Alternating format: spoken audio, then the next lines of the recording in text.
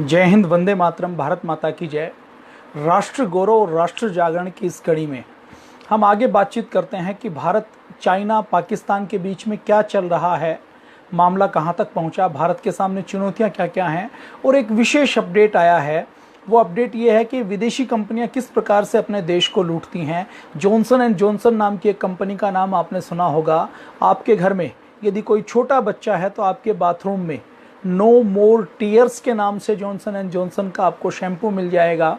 आपको सफ़ेद कलर की साबुन की टिक्की मिल जाएगी। आपको जॉनसन एंड जॉनसन का बेबी ऑयल मिल जाएगा। आपको जॉनसन एंड जॉनसन को अपने घर में आप ध्यान से देखेंगे तो आपको कहीं ना कहीं टेल्कम पाउडर, बेबी पाउडर मिल जाएगा। ये बेबी पाउडर, ये शैम्पू, ये साबुन, ये बेबी ऑयल, ये जो छोटे छोटे बच्चे, नवजात बच्चों के प्रोडक्ट के नाम से जॉनसन एंड जॉनसन ने जिस प्रकार से भारत की घरेलू मार्केट के ऊपर कब्जा किया हुआ है, और कब्जा कितना है कि आज यदि छोटे बच्चों के लिए तेल बिकता है, साबुन बिकता है, शैम्पू बिकता है, या उसमें यदि टेल्कम पाउडर बिकता है, तो मैं बात करूं तो लगभग 70 से 80% मार्केट के ऊपर केवल जॉनसन एंड जॉनसन का कब्जा है। ये जॉनसन एंड जॉनसन कंपनी, इसका कोई देश नहीं है। ये जिस देश में जाती है वहाँ पर केवल व्यापार करती है, केवल बाजार समझती है, और इसके कोई एथिक्स नहीं है, कोई उसके मापदंड नहीं है, और ये किसी भी सीमा तक नीचे गिर जाती है, नीचे उतर जाती है। इस कंपनी के बारे में मैं बात करूं तो 1957 में ये भारत आई, और जब ये भारत आई तो केवल 24 लाख रुपए लेकर आई। सॉरी, करोड़ मेरे मुंह से निकल गया। तो 24 लाख रुपए यदि आप घर बनाएं और घर में 2 कमरे बनाएं तो उन 2 कमरों को बनाने की कॉस्ट जितनी लगती है उतने 24 लाख रुपए। आपके घर में कोई शादी हो ना, तो शादी में 10-12 लाख रुपए खर्च हो जाते हैं। तो घर की 2 शादियां करते हैं तो उतनी कीमत लेकर ये आई। और आज भारत की मैं बात करूं तो ये भारत के अंदर 6200 करोड़ रुपए का कारोबार हर साल करती है। कितना कारोबार करती है, मैं एक बार फिर से आपको रिपीट करता हूं। 2018-19 का जो इसका एनुअल टर्नओवर रहा है वो 6227 करोड़ का रहा है। मतलब 1957 में केवल 24 लाख करोड़ रुपए लेकर आई। 43 और 20, 53, 63 साल पहले केवल 24 लाख रुपए लेकर आई, और आज 6227 करोड़ रुपए का की लूट मैं यूँ कहूँ कि अपने देश से करती है। इतना टर्नओवर ये अपने देश से करती है। अब ये जॉनसन एंड जॉनसन कंपनी क्या है? मुख्य रूप से ये फार्मा की कंपनी है। फार्मा की कंपनी है, दवाइयाँ बनाने का काम करती है, दवाइयाँ बेचने का काम करती है। कोरोना की दवाई बनाने के लिए भी ये लगी हुई है। तो इस कंपनी के बारे में आज हम इसका पूरी तरह से इसका पोस्टमार्टम करेंगे। कब कब इसके ऊपर बैन लगाया गया, कैसे इसने अमानवीय कार्य करते हुए, कैसा अमानवीय कार्य किया। जिन माताओं बहनों के कुल्ले रिप्लेसमेंट किए गए, उन कुल्लों को, आपको पता किसी का हिप रिप्लेसमेंट किया जाता है तो उस हिप रिप्लेसमेंट को करने में उसको काटा जाता है, चीरा लगाया जाता है 6 से 8 इंच का, और चीरा लगाने के बाद उनको जो हिप्स लगाए गए उनके अंदर जहर भरा हुआ था। बहुत से लोग मारे गए। तो कैसे क्या क्या जॉनसन एंड जॉनसन के पाप हैं उसके बारे में आज बातचीत करेंगे। और उसके बारे में बातचीत करने के साथ साथ चीन और भारत के विषय में, भारत और चीन के बीच में क्या क्या चीज़ें चल रही हैं, किस प्रकार से भारत और चीन के बीच में चीन भारत को लद्दाख के रास्ते, लेह लद्दाख के रास्ते घेर रहा है। अमेरिका ने किस प्रकार से चाइना को सबक सिखाते हुए आज कहा है कि चाइना की जितनी भी कार्रवाई है वो उकसावे वाली कार्रवाई है। चीन पूरे एशिया को अशांत करना चाहता है, इसकी भी हम बात करेंगे। मैं जगाने आया हूँ और 100 धर्मों का धर्म एक बलिदान बताने आया हूँ। हे भारत के राम जगो, मैं तुम्हें जगाने आया हूँ और 100 धर्मों का धर्म एक बलिदान बताने आया हूँ। सुनो, हिमालय कैद हुआ है दुश्मन की जंजीरों में, और राज बता दो कितना पानी है भारत के वीरों में। खड़ी शत्रु की फौज द्वार पर राज तुम्हें ललकार रही, सोए सिंह जगो भारत के माता तुम्हें पुकार रही। रण की भेरी बज रही, उठो मोह निद्रा त्यागो, पहला शीश चढ़ाने वाले माँ के वीर पुत्र जागो। बलिदानों के वज्रदंड पर देशभक्त की ध्वजा जगे, और रण के कंकड़ पहने हैं वे राष्ट्रभक्त की भुजा जगे। और अग्निपंथ के पंथी जागो, शीश हथेली पर धरकर, और जागो रक्त के भक्त लाडले, जागो सिर के सौदागर, खप्पर वाली काली जागे, खप्पर वाली काली जागे, जागे दुर्गा बरबंडा, और रक्त बीच का रक्त चाटने वाली जागे चामुंडा। नरमुंडों की माला वाला जगे कपाली कैलासी, एक बार शेयर कर दीजिए, ग्रुप में शेयर कर दीजिए ताकि दूसरे भाई बहन भी आ जाएं। आज बड़ा महत्वपूर्ण विषय है, जॉनसन एंड जॉनसन के सारे पापों के बारे में हम बातचीत करने वाले हैं। बहुत बड़ी कंपनी है, बहुत खतरनाक कंपनी है, इसके बारे में आज हम बातचीत करेंगे। रण की चंडी कर करना चाहे, मौत कहे प्यासी प्यासी, रावण का वध स्वयं करूंगा कहने वाला राम जगे। रावण का वध स्वयं करूंगा कहने वाला राम जगे, और दुष्ट शेष ना एक बचेगा कहने वाला श्याम जगे। परशुराम का परशु जागे, रघुनंदन का पान जगे, और यदुनंदन का चक्र जगे, अर्जुन का धनुष महान जगे। चोटी वाला चाणक जागे, पौरुष परुष महान जगे। सेल्यूकस को कसने वाला चंद्रगुप्त बलवान जगे। हटी हमीर जगे जिसने झुकना कभी न जाना, और जगे पद्मनी का जौहर जागे केसरिया बाना। देशभक्ति का जीवित झंडा, आजादी का दीवाना, और वह प्रताप का सिंह जगे, वह हल्दी घाटी का राणा। दक्षिण वाला जगे शिवाजी। कौन? कि दक्षिण वाला जगे शिवाजी, खून शाहजी का ताजा, मरने की हट्टा ना करते फिकट मराठों के राजा। छत्रसाल बुंदेला जागे, पंजाबी कृपान जगे, और कनवाहे का जगे मोर्चा, पानीपत मैदान जगे। भगत सिंह की फांसी जागे, राजगुरु के प्राण जगे। और आजादी की दुल्हन को जो सबसे पहले चूम गया, कौन? सुभाष बाबू। कि आजादी की दुल्हन को जो सबसे पहले चूम गया, और स्वयं कफन की गांठ बांधकर सातों भावर घूम गया, उस सुभाष की आन जगे और सुभाष की शान जगे। ये भारत देश महान जगे, ये भारत की संतान जगे। तो झोली लेकर मांग रहा हूं, कोई शीश दान दे दो, और भारत का भैरव भूखा है, कोई प्राण दान दे दो। खड़ी शत्रु की दुल्हन कुंवारी, कोई ब्याह रचा लो, और कोई मर्द अपने नाम की चूड़ी तो पहना लो। कौन वीर निज हृदय रक्त से इसकी मांग भरेगा, और कौन कफन का पलंग बिछाकर इस पर शयन करेगा। क्या कहते हो मेरे भारत से चीनी टकराएंगे? अरे क्या कहते हो मेरे टकराएंगे? अरे चीनी को तो हम पानी में घोल घोल पी जाएंगे। वह बर्बरता, वह अशुद्धता, हमने उसको शुद्ध किया। चीन वह बर्बर था, वह अशुद्धता, हमने उसको शुद्ध किया, और हमने उसको बुद्ध दिया था। उसने हमको युद्ध दिया, और आज बना फिर कफन चीज पर जिसको आना है आ जाओ। चाऊ माऊ चीनी मीनी जिसमें दम हो टकराओ, और जिसके रण से बनता है रण का केसरिया बाना। ओ कश्मीर हड़पने वालों कान खोल सुनते जाना, भारत के केसर की कीमत तो केवल सर है, और कोहिनूर की कीमत जूते 5 अजर अमर है। रण के खेतों में छाएगा जब अमर मृत्यु का सन्नाटा, लाशों की जब रोटी होगी और बारूदों का आटा। सनसन करते वीर चलेंगे जो बामी से फन वाला, और फिर चाहे पेकिंग वाला हो या रावलपिंडी वाला, जो हमसे टकराएगा वो चूर चूर हो जाएगा। इस मिट्टी को छूने वाला मिट्टी में मिल जाएगा। मैं घर घर में इंकलाब की आग लगाने आया हूं। हे भारत के राम जगो, मैं तुम्हें जगाने आया।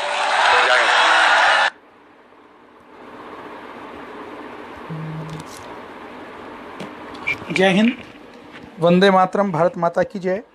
आइए बात करते हैं, अगर हम बातचीत करें तो चाइना और भारत के बीच में, और चाइना और पूरे देशों के बीच में एक बड़ा संघर्ष चल रहा है। हम लगातार पिछले 3-4 एपिसोड से इसके बारे में बातचीत कर रहे हैं। अभी जो नई डेवलपमेंट है, वो नई डेवलपमेंट ये है कि तिब्बत के अंदर, लेह लद्दाख के अंदर चाइना और भारत के बीच में गर्मा गर्मी बढ़ गई है। चाइनीज हेलीकॉप्टर कई बार भारत की सीमा का अतिक्रमण कर देते हैं, और पाकिस्तान के अंदर भी चाइना अपना प्रभाव बढ़ा रहा है। वो सारी चीज़ें समाचार पत्रों में आप लगातार देख रहे हैं, न्यूज़ चैनल्स के अंदर आप लगातार देख रहे हैं। इसके साथ साथ डोकलाम के सीमा के ऊपर विवाद खड़ा हो गया है। वहाँ पर नाथुला के अंदर, डोकलाम के अंदर छड़ियों के साथ, लाठियों के साथ, कंधों के साथ, हाथापाई के साथ भारत और चीन के सैनिकों के बीच में भिड़ंत जारी है। और अभी इन सारी चीज़ों को देखते हुए अमेरिका ने ये कहा है कि कोरोना की वजह से पूरी दुनिया परेशान है, और चाइना की साम्राज्यवादी नीतियों के कारण भी पूरी दुनिया परेशान है।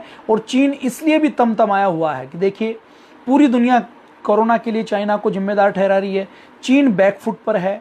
चीन जो ये सोचता था कि मैं पूरी दुनिया का सरताज बन जाऊंगा, पूरी दुनिया को सामान बेचूंगा, सामान वो बेच रहा है लेकिन उसकी रेपुटेशन डाउन है। उसने सोचा था कि भारत इसका बहुत बड़ा शिकार बन जाएगा, लेकिन भारत ने इस दुख की घड़ी के अंदर भी छोटे छोटे देशों को मदद पहुंचाकर, एशियन कंट्रीज को मदद पहुंचाकर उनको का एक बड़ा काम किया है। रक्षा विशेषज्ञों को माने तो चीन की क्या नीति रही है? चीन की नीति ये रही है कि चीन जहां कहीं विवाद करता है, जैसे तिब्बत के ऊपर करेगा या कहीं पर भी करेगा, तो वो विवाद करते हुए पहले तो उस एरिया को अपना बताना शुरू करता है, फिर वहां पर टेंट गाड़ता है, फिर वहां पर दूसरे व्यक्ति की आने जाने के ऊपर, गश्त के ऊपर रोक लगाता है, जैसे लेह लद्दाख में आज वो कर रहा है। उसके बाद वो वहां पर अपना कब्जा जमा देता है और उसके बाद उस कब्जे को अपना वो मजबूत कर देता है और उसके बारे में दादागिरी दिखाते हुए आक्रामक रवैया वो दिखाता है। इस तरीके से चीन की हम बात करें तो चीन की जितने देशों की सीमाएं उसके साथ लगती हैं, सबके साथ उसकी विस्तारवादी नीति के कारण उसका झगड़ा है। अभी दक्षिण चीन सागर में उसने दादागिरी दिखाई है। उसने चीन के एक जहाज ने टक्कर मारकर वियतनाम की नौका को डुबो दिया। फिलीपींस की दावेदारी, जो द्वीप, जो आइलैंड फिलीपींस के होते थे, उनके अंदर अपने रिसर्च सेंटर खोल दिए, उनके बारे में कह दिया कि ये तो हमारे हैं, ये तो चाइना के अंदर में आते हैं, आपका इसको कोई लेना देना नहीं। फिलीपींस छोटा सा देश है। चीन ने अपने सैन्य ठिकाने बना दिए, एयरबेस बना दिए फिलीपींस के पास, साउथ चाइना सी में आर्टिफिशियल आइलैंड बनाकर, द्वीप बनाकर। मैंने एक दिन वीडियो में आपको दिखाया था किस प्रकार से चीन आर्टिफिशियल आइलैंड बना रहा है, वो बना दिए हैं। दक्षिण चीन सागर में उसने 2 नए जिले और बना दिए। दक्षिण चीन सागर में अपने जिलों को बढ़ा दिया। इंटरनेशनल लॉ के अनुसार किसी भी देश का जिस समुद्री क्षेत्र के ऊपर कोई अधिकार नहीं है, वहां पर वो अपनी दादागिरी दिखाता है। तो ये सारे कार्यक्रम चीन कर रहा है। भारत इन सारी चीज़ों को गहराई से देख रहा है। भारत अभी कुछ बोल नहीं रहा है, लेकिन अमेरिका तमतमाया हुआ है। वो अमेरिका भारत को अपना मिलिट्री सहयोग बढ़ा दिया है, भारत की और ज़्यादा सपोर्ट करने का काम कर दिया। 1975 के बाद भारत और चीन के बीच में यद्यपि गोलियां नहीं चली हैं, लेकिन सीमा के ऊपर लगातार दबाव और तनाव बना रहता है। और इसके बीच में एक विशेष अपॉर्चुनिटी भारत के लिए आई है। वो अपॉर्चुनिटी क्या आई है कि भारत के बीच में यदि हम बात करें तो अमेरिका भारत को सपोर्ट कर रहा है, भारत का कद पूरी दुनिया में बढ़ रहा है। और इसके बीच में अमेरिका की संसद में, अमेरिका की सीनेट में, वहाँ के एक सीनेटर, एक सांसद मार्क ग्रीन ने एक बिल पेश किया है, the bring American company at home. उन्होंने ये कहा है कि हमारे देश के अंदर 90,000 से ज़्यादा लोग मर चुके हैं, 15 लाख से ज़्यादा लोग संक्रमित हैं। तो इस समय हमारी जिम्मेदारी बनती है कि यूएसए की वो कंपनियां, एप्पल जैसी कंपनी, गूगल जैसी कंपनी जो कारोबार करती हैं चाइना के अंदर, चाइना की इकोनॉमी को बूस्ट करने का काम करती है, तो उन्होंने संसद में बिल पास करने के लिए उन्होंने बिल पेश किया है कि हम संसद में बिल बनाएंगे कि अमेरिका की कोई भी कंपनी चाइना के अंदर कारोबार नहीं करेगी, चाइना को मजबूत करने का, चाइना को बूस्ट करने का काम नहीं करेगी। ग्रीक उस बिल में ये कहते हैं कि अमेरिका की इकोनॉमी को मजबूत करने के लिए अमेरिका में और ज़्यादा निवेश करना पड़ेगा, अमेरिका की कंपनियों को अपने देश के अंदर वापस लौटना पड़ेगा। हालांकि वो कहते हैं खुद ही कि अपने देश में वापस आना इन कंपनियों के लिए बहुत खर्चीला है और जोखिम वाला है। और इस वैश्विक स्तर पर ये आर्थिक रूप से अनिश्चितता का दौर है, मतलब कंपनियों के सामने खुद चुनौतियां हैं। लेकिन फिर भी वो कहते हैं कि चीन ने दिखा दिया है कि वो कोई रिलायबल पार्टनर नहीं है, भरोसेमंद साझेदार नहीं है, और उसके ऊपर बिल्कुल भरोसा नहीं किया जा सकता। और अमेरिका को यदि विकसित करना है, अमेरिका को यदि स्वावलंबी बनाना है, तो जो ग्रीन ने कहा, उन्होंने कहा कि अमेरिका को स्वावलंबी बनाना है तो अमेरिका को स्वदेशी के रास्ते पर चलना पड़ेगा। तो वही ट्रंप की बात आज जो मार्क ग्रीन है वो दोहरा रहे हैं कि हमें ऐसा संसद में कानून बनाना पड़ेगा कि हम संसद में कानून पास करके इस देश की इकोनॉमी को मजबूत बनाने के लिए हम देश के अंदर अपनी कंपनियों को वापस लेकर आएं और अमेरिका को स्वावलंबी बनाएं। देखिए, अभी अमेरिका के अंदर सर्विस सेक्टर है, अमेरिका के अंदर मैन्युफैक्चरिंग सेक्टर नहीं है। अमेरिका हथियार बनाता है, अमेरिका दवाइयाँ बनाता है, लेकिन अमेरिका पेटेंट करवाता है, रिसर्च करता है, ये काम करता है। लेकिन अमेरिका के अंदर आप रूटीन की मैन्युफैक्चरिंग की बात करेंगे, प्रोडक्शन की बात करेंगे, तो कुछ भी उत्पादन नहीं होता, वो सब बाहर से मंगवाता है। तो वो कहते हैं कि अमेरिका को हमें स्वावलंबी बनाना है, इसके लिए जितनी कंपनियां बाहर इकोनॉमी मजबूत करती हैं उनको अमेरिका में वापस लेकर आना है। और वो आगे कहते हैं कि ये जो मेरा बिल है ये विकास के लिए है, अमेरिका के डेवलपमेंट के लिए है, और अमेरिका का डेवलपमेंट केवल और केवल स्वदेशी के रास्ते पर हो सकता है। ग्रीन ने आगे एक और बिल पेश किया, secure over system against China tactics. वो उसमें कहते हैं कि इस महामारी के दौर में कुछ ऐसी अमेरिका की कंपनियां होंगी जिनके साथ अमेरिका की नेशनल सिक्योरिटी जुड़ी हुई है, इन कंपनियों के ऊपर भी चाइना शेयर मार्केट के डाउन होने के बाद इनके ऊपर कब्जा करने की कोशिश करेगा। तो वो आगे कहते हैं कि हम ऐसा विधेयक पास करना चाहते हैं जिसमें इन कंपनियों में चाइना इन कंपनियों को टेक ओवर ना कर सके, चाइना इनके ऊपर कब्जा ना जमा सके। इसके लिए पूरी योजना, पूरी रणनीति चाइना के खिलाफ अमेरिका की संसद में बन रही है। मैं आपको पहले ले जाना चाहता हूं कि अमेरिका की संसद में पहले भी बिल पेश किया गया है। उससे पहले अमेरिका की 2 कंपनियों ने अमेरिका की कोर्ट के अंदर चाइना को घसीटने का काम किया है। यूके की बड़ी लॉ फर्म ने चाइना के खिलाफ आरोप तय करने के लिए वहां पर काम किया है। तो ये सारी चीजें हो रही हैं। इन सारी चीजों के बीच में एक जो बड़ी खबर आई है वो ये आई है कि इस बड़ी खबर में हम देखेंगे तो अमेरिका ने अब चीन को धमकाया है। ये जो चाइना ने पाकिस्तान ऑक्यूपाइड कश्मीर के अंदर, गिलगित बाल्टिस्तान के अंदर जो चाइनीज पाकिस्तानी इकोनॉमिकल कॉरिडोर बनाया है, जो गैस की लाइन बनाई है, जो पाइपलाइन बनाई है, वहां पर अब अमेरिका ने चाइना को कहा है कि चाइना छोटे छोटे देशों को अपने कर्ज के जाल में फंसाना बंद कर दे, ये काम करना ठीक नहीं है। और इसके साथ साथ वो कहता है कि पाकिस्तान को जो कर्ज के जाल में चाइना ने फंसाया है, उस कर्ज के जाल से पाकिस्तान को, छोटे छोटे देशों को मुक्त करे।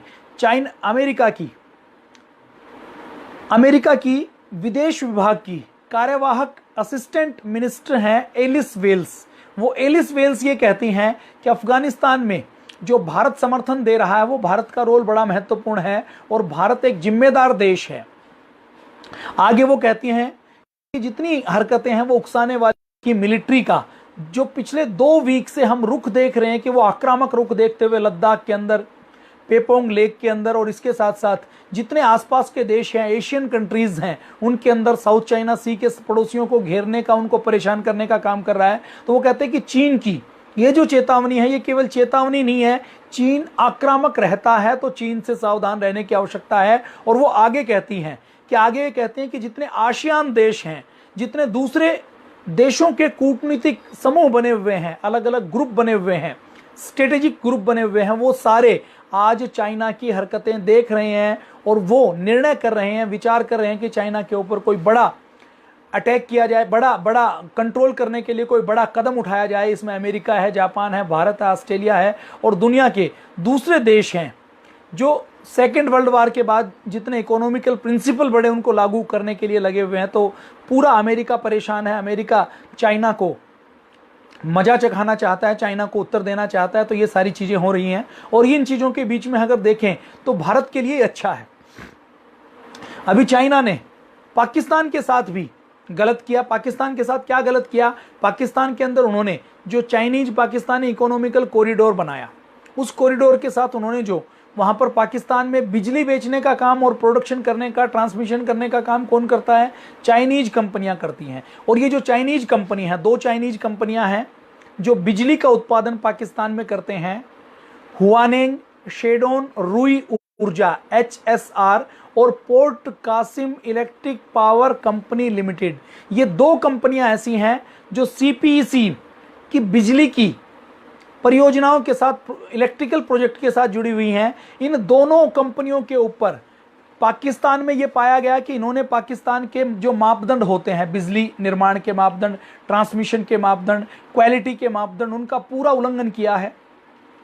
और इनका जो प्रॉफिट है, इमरान खान ने एक जांच एजेंसी बनाई जिसने असेसमेंट किया कि ये जो चाइनीज कंपनी POK के अंदर, पाकिस्तान के अंदर जो बिजली उत्पादन के लिए बिजली के प्रोजेक्ट लगा रही हैं, डैम बना रही हैं, जो इन्होंने गलियारा बनाया है, जो इन्होंने पोर्ट बनाया है, जिसको पाकिस्तान के नाम से 4 लाख करोड़ रुपए पाकिस्तान को जिसका लोन दिया है और 25,000 रुपए की किस्त पाकिस्तान को उसकी हर साल चुकानी होती है, जिसके लिए पाकिस्तान के राष्ट्रपति और इमरान खान इस बार चाइना के पास जाकर गिड़गिड़ाए हैं कि हमें माफ़ कर दीजिए, इस बार देने के लिए हमारे पास पैसे नहीं हैं। तो इमरान खान को जब ये शिकायत मिली कि ये चाइनीज कंपनियां पाकिस्तान के अंदर जो काम कर रही हैं, तो काम तो 100 रुपये का करती हैं, लेकिन उसकी कीमत कितनी दिखाती हैं? 200 रुपये दिखाती हैं। और 100 रुपये के काम में भी 100 रुपये का काम भी बिल्कुल घटिया क्वालिटी का करते हैं। तो उसने एक जांच रिपोर्ट बनाई और उस जांच की एजेंसी ने ये रिपोर्ट दी कि इन कंपनियों का मुनाफा 50 से 70% है। देखिए कंपनियों का मुनाफा कितना होता है? 5%, 7%, 10%, 15%, अधिकतम 20%। बहुत अधिकतम आप माने तो ये जो पेट्रोकेमिकल में, जो एनर्जी में, जो खनन में, माइनिंग में कंपनी लगी रहती है, तो इनका प्रॉफिट हम बात करें तो 25-30% तक जाता है। लेकिन इन चाइनीज कंपनियों की आप कारस्तानी देखिए, पाकिस्तान को लोन देती हैं और लोन के नाम पर उन्होंने पाकिस्तान से 50 से लेकर 70% तक मुनाफा कमाया है। आज यदि मैं बात करूं तो कराची के लोगों की बिजली पर यूनिट कितनी है आप जानकर हैरान हो जाएंगे। कराची के लोगों को 17 रुपये 69 पैसे हर यूनिट की बिजली के लिए पेमेंट करना होता है।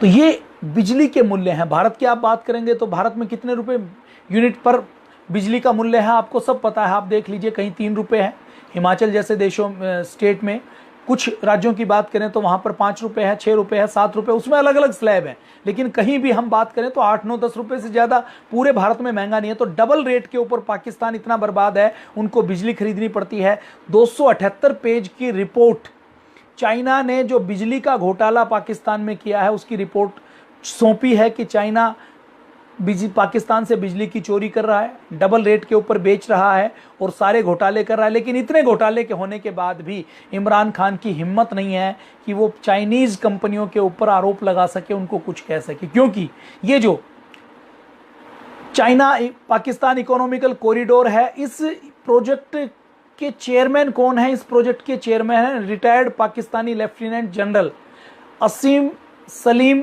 बाजवा। बाजवा का नाम सुना होगा आपने, जो पाकिस्तान के पहले मिलिट्री चीफ रहे हैं। वो अब इस चाइनीज पाकिस्तानी इकोनॉमिकल कॉरिडोर का जो प्रोजेक्ट है इसके चेयरमैन है।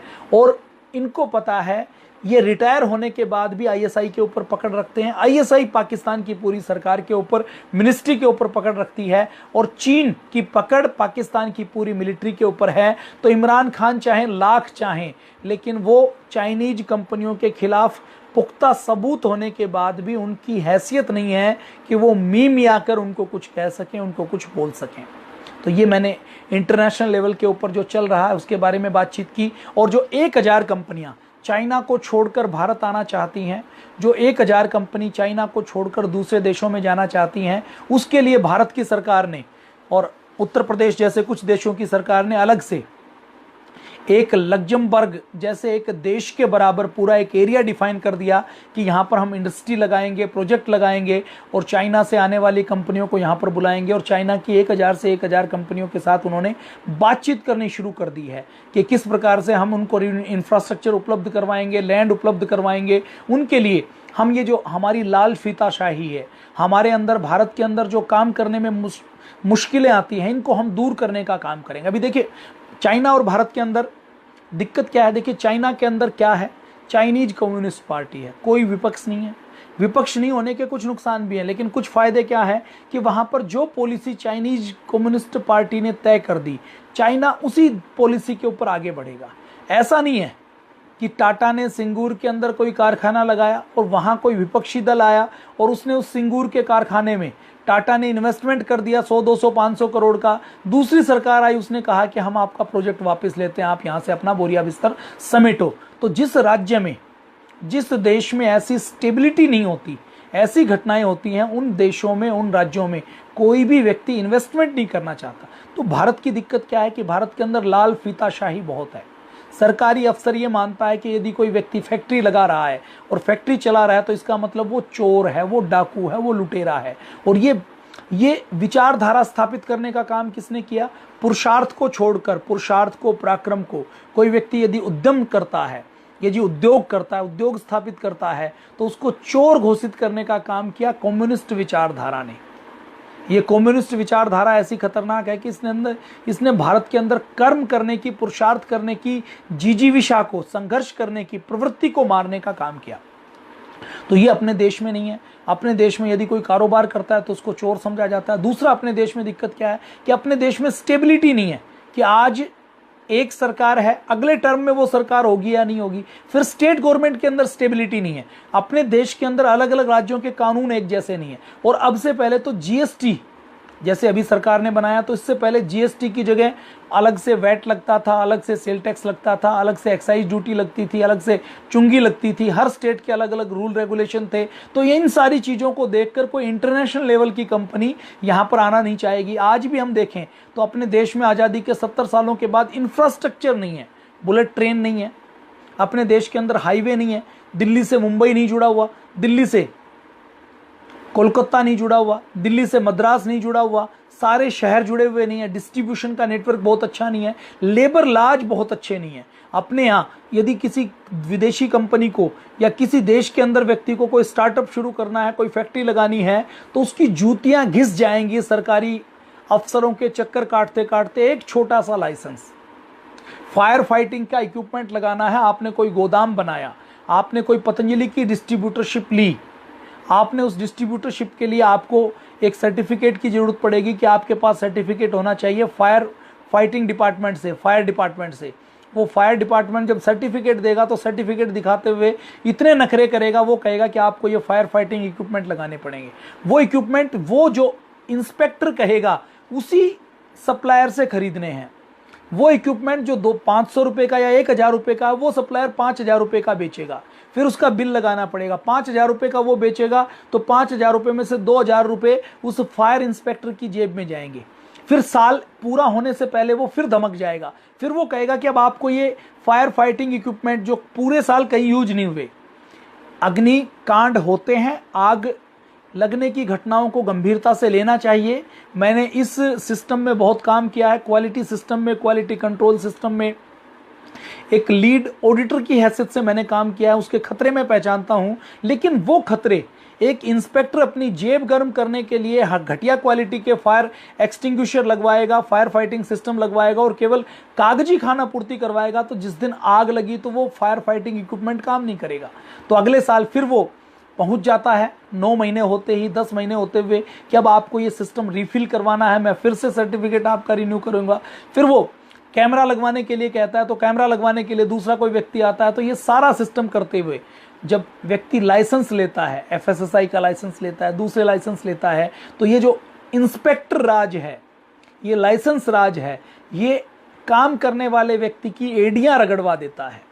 ये जब तक आप रिश्वत नहीं देंगे, आप कितना ही अच्छा सिस्टम लगा लीजिए, यदि आपने रिश्वत नहीं दी तो आपको उसका लाइसेंस मिलेगा नहीं। आपको अच्छा काम करते करते, देश की सेवा करते करते, एक नंबर में सारा टैक्स देते देते भी आपके ऊपर आरोप लगा दिया जाएगा कि आप चोर हैं। अभी देखिए वैट खत्म कर दिया। वैट खत्म करने के बाद, क्योंकि मैं व्यापारिक चीज़ों को भी बहुत नज़दीक से बिजनेस को समझता हूं, तो वैट खत्म करने के बाद वैट डिपार्टमेंट खत्म हो गया। तो वैट डिपार्टमेंट खत्म हो गया, अब जीएसटी आ गया, तो वैट डिपार्टमेंट को पुराने केस क्लोज करने हैं, 15, 16, 17, 18, 18, 19, 19, 20। तो वो केस क्लोज करने के लिए हर केस के अंदर वो जानबूझकर कोई ना कोई दिक्कत निकालते हैं, ताकि हर व्यापारी जो एक साल में 50 लाख रुपए का टर्नओवर करता है, 40 लाख रुपए का टर्नओवर करता है, 1 करोड़ का टर्नओवर करता है, 10 करोड़ 50 करोड़ का टर्नओवर करता है, उसके वैट की वो जो उसने फाइल की थी 2017, 18, 18, 19, 20 की, उसका केस लगा देते हैं। उसका केस लगाने के बाद फोन करते हैं कि मिलने के लिए आ जाइए। मिलने के लिए जाते हैं तो वो सीधा कहते हैं कि आपका ये केस आपके अंदर, निकालते रहो 6 साल पुराने डाटा, 3 साल पुराने डाटा, आपने क्या सेल किया था, क्या परचेज किया था, एक एक बिल आप निकालते रहो। आपको ईमानदार के बहराइच की कर लीजिए, बिहार के किसी भागलपुर की कर लीजिए, झारखंड के किसी धनबाद की कर लीजिए, बंगाल के किसी मुर्शिदाबाद की कर लीजिए, असम के किसी जलपाईगुड़ी की कर लीजिए। इन सारी जगह पर आप देखेंगे तो कम से कम 1000 ऐसे व्यापारी होते हैं, आड़ती होते हैं, डिस्ट्रीब्यूटर होते हैं, दुकानदार होते हैं, छोटे छोटे मैन्युफैक्चरर होते हैं, जिनको इन डिपार्टमेंट के साथ क्लियरेंस लेनी पड़ती है। तो क्लियरेंस लेने के लिए हर व्यक्ति से कम 50,000 रुपए से लेकर 1 लाख रुपए लेने का काम करते हैं। इनकम टैक्स डिपार्टमेंट के अंदर आप कुछ फाइल करेंगे तो आप जो फाइल करेंगे उसके अंदर कोई ना कोई कमी निकाल दी जाएगी। आपको चक्कर काटने पड़ेंगे सीए के, आपको चक्कर काटने पड़ेंगे अकाउंटेंट्स के, और फिर वो अकाउंटेंट्स और सीए वो भी ये कहते हैं कि आपको मैनेज करना पड़ेगा, आपको समझौता करना पड़ेगा। तो ये कार्यक्रम जिस देश में चलता हो वहां पर कोई बड़ी और अच्छी कंपनी आना नहीं चाहती।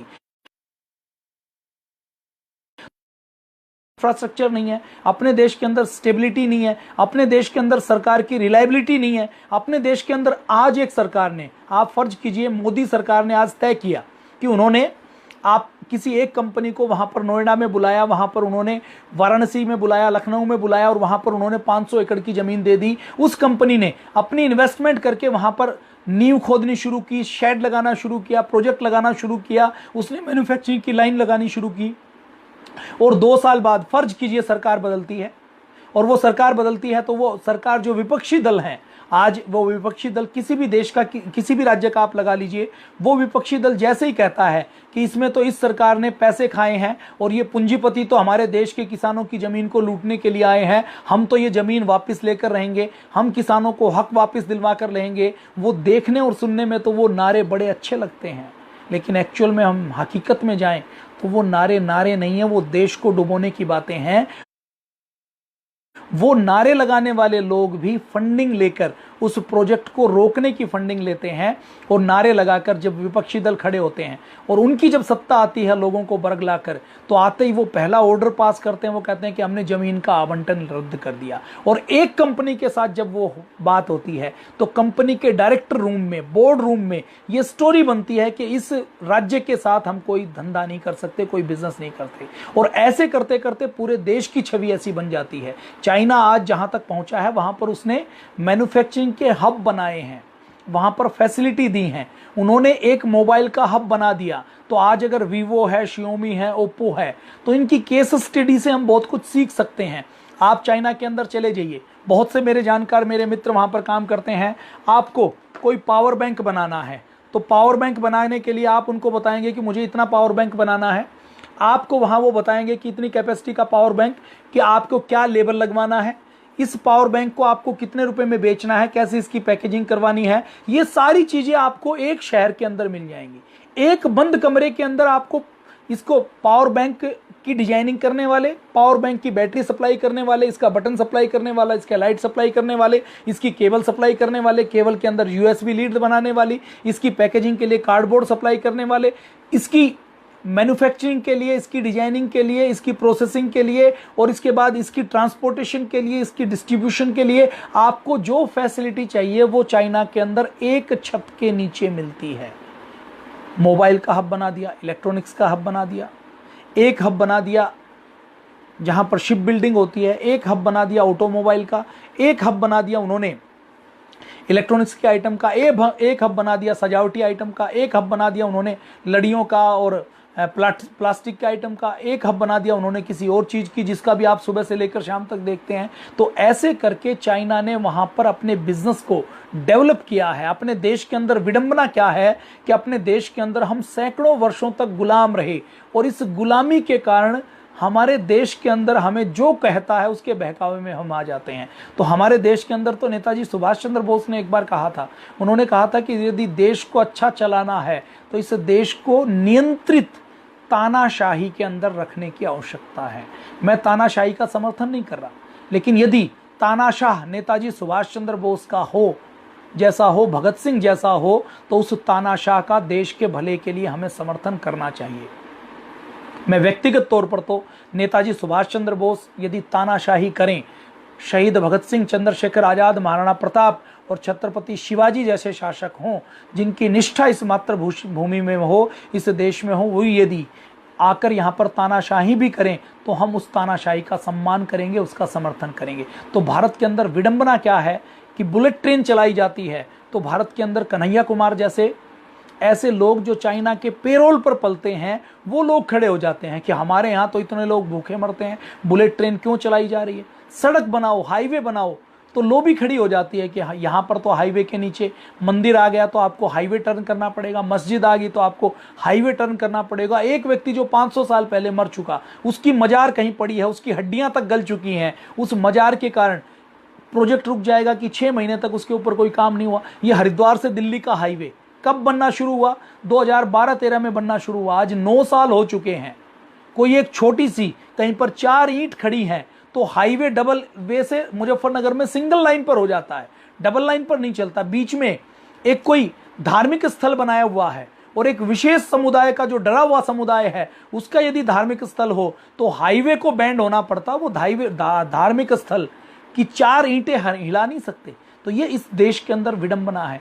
इस देश के अंदर यदि आज मोदी जी कोई नीतियां बनाएं तो अपने देश के अंदर ऐसे पप्पुओं की, ऐसे लल्लुओं की कमी नहीं है जो खड़े होकर सीधे कहते हैं कि मोदी जी अडानी को, मोदी जी अंबानी को, मोदी जी फलाने व्यक्ति को देश बेच रहे हैं और हम आते ही मोदी जी की नीतियों को पलटने का काम करेंगे।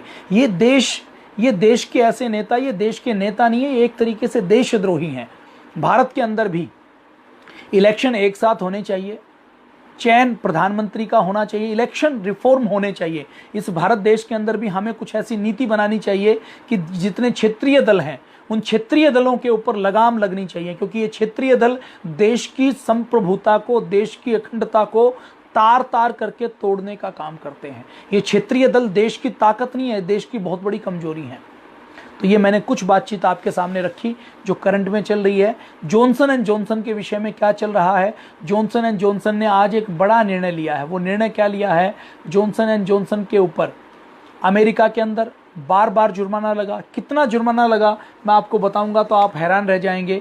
2016 से पहले उनके ऊपर जुर्माना लगाया वर्जीनिया की कोर्ट में 70 करोड़ रुपए का। 2016 में जुर्माना लगा 375 करोड़ रुपए का। कहाँ लगा, यूएसए के अंदर लगा। 2018 की जुलाई में जॉनसन एंड जॉनसन पर जुर्माना लगा 32,000 करोड़ रुपए, 32,000 करोड़ रुपए। 2019 में जॉनसन एंड जॉनसन पर जुर्माना लगा 56,000 करोड़ रुपए। 2019 में फिर जॉनसन एंड जॉनसन पर जुर्माना लगा 4100 करोड़ रुपए। 2019 में फिर जॉनसन एंड जॉनसन पर जुर्माना लगा 3600 ऐसे लोग थे जिनके हिप रिप्लेसमेंट किए गए। जॉनसन एंड जॉनसन ने उनमें जहर भरे हुए हिप दे दिए। एक बार चीरा लगाकर हिप रिप्लेसमेंट किया गया। मरीजों के शरीर में कोबाल्ट और क्रोमियम का जहर फैल गया, उनके ब्लड के अंदर कोबाल्ट और क्रोमियम बढ़ गया, उनकी किडनी फेल हुई, उनका लीवर फेल हुआ, उनके शरीर के अंदर शरीर की त्वचा फटनी शुरू हो गई। और जब उन्होंने जांच करवाई और जांच करवा कर ये पाया कि जॉनसन एंड जॉनसन के जितने हिप रिप्लेसमेंट के जो इक्विपमेंट मेडिकल लगाए गए हैं, मेडिकल जो स्टील की प्लेट और जो हिप लगाए गए हैं, उनके अंदर कोबाल्ट और क्रोमियम इतनी घटिया क्वालिटी का था, वो रिस कर टिश्यूज के अंदर, ऑर्गन के अंदर, ब्लड स्ट्रीम के अंदर मिल गया और उसने पूरे पेशेंट के शरीर को जहरीला कर दिया। तो यूएसए में इसका सबसे पहले पता लगा और इसके ऊपर जॉनसन एंड जॉनसन के ऊपर जुर्माना लगाया 6800 करोड़ रुपए का, 6800 करोड़ रुपए का। और भारत के अंदर तो उससे कई गुना ज़्यादा उसने हिप रिप्लेसमेंट के इक्विपमेंट बेचे। और अमेरिका में जुर्माना लगने के बाद अमेरिका में बैन हो गया। जॉनसन एंड जॉनसन को पता है और पता होने के बाद भी भारत की मार्केट में वो बेचते रहे। तो जॉनसन एंड जॉनसन के पापों के विषय में कल बातचीत करेंगे। आज अपनी वाणी को मैं विराम देता हूँ। जय हिंद, वंदे मातरम, भारत माता की जय। आज योजना नहीं थी, प्लानिंग नहीं थी, मैंने सूचना भी आपको नहीं दी थी, लेकिन फिर मन किया कि चलिए थोड़ी सी बातचीत कर लेते हैं। तो आज शाम को हमने बातचीत की। आपको ये एपिसोड अच्छा लगा हो तो आप इसको शेयर कर दीजिए। मेरा पेज राकेश भारत के नाम से पेज है, उसको आप फॉलो कर सकते हैं, लाइक कर सकते हैं। और इस वीडियो के ऊपर कोई भी कंटेंट आप उसको कॉपी कर सकते हैं, पेस्ट कर सकते हैं, अपने नाम से आप वीडियो बना सकते हैं, सारे लोगों को दिखा सकते हैं, सारे लोगों को सुना सकते हैं। ये राष्ट्र जागरण का काम, ये आपका और हमारा सबका मिला जुला काम है। आज सुबह मेरे पास एक व्यक्ति का फोन आया। उस व्यक्ति का नाम मुझे मोबाइल में देखना पड़ेगा। वो व्यक्ति एक फौजी था और उस सियाचिन के ऊपर उसकी ड्यूटी थी। अभी वो सियाचिन की ड्यूटी से नीचे बेस कैंप में आया हुआ था। तो उसके मन में एक पीड़ा थी कि इस देश को बचाना पड़ेगा और इस देश को बचाने के लिए सबसे पहले इस देश को जगाना पड़ेगा। तो उसकी पीड़ा क्या थी उसके बारे में मैं बातचीत आपसे कल करूंगा। और चाइना, अभी तो हम देखते हैं केवल मोबाइल बेचता है, केवल मोबाइल नहीं बेचता।